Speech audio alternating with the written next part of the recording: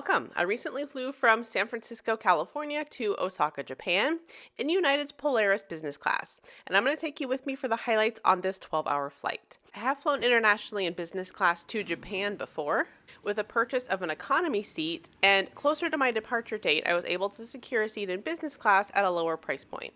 This time, I purchased a ticket again with miles, waited for an upgrade, and it seemed the odds were in my favor.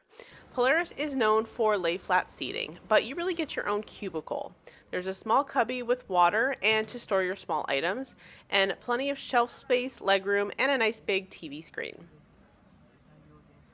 In terms of amenities, there was a large, thick blanket, a smaller throw blanket, and headphones.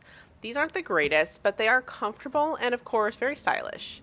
They also provided a large pillow and a small firm one.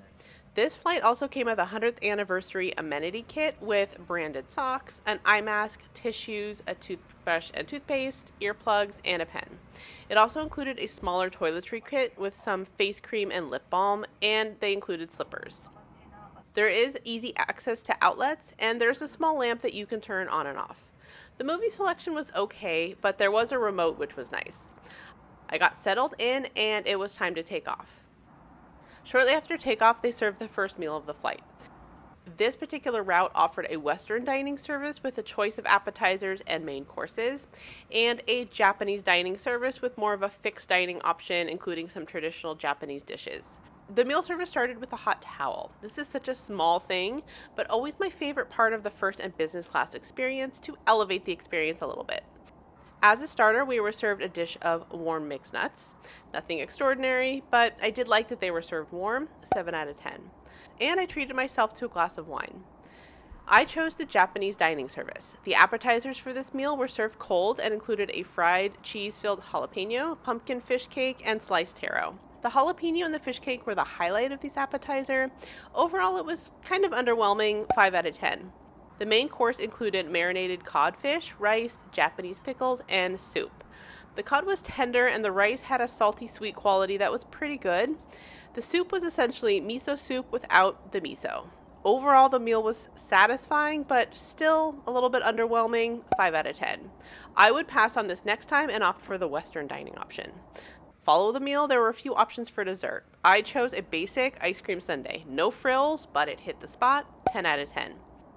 After dinner, I was able to take advantage of the lay-flat seating and bedding to get in a nice nap for a few hours.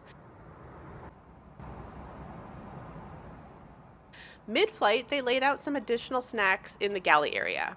These were nice to have, and I liked that you could kind of help yourself.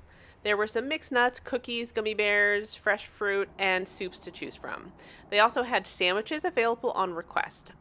My husband and I first split a grilled cheese. This was pretty good. The bread was slightly toasted, but it was soft. There was a good amount of cheese for a nice balance, but the cheese was not very melted, 8 out of 10. Next, we split a Philly cheesesteak. Too much bread to meat ratio and the cheese was not melted, 6 out of 10. The last meal service was served about an hour and a half before landing, again starting with a hot towel. The breakfast portion of the Japanese dining menu included salmon, rice, pickled vegetables, and more soup. I didn't mind that it was served cold, but it was not as good as the dinner option, 4 out of 10. Overall, the service on this flight was truly the highlight, and the ability to get some rest comfortably on this long-haul flight before landing and being able to explore Osaka, Japan.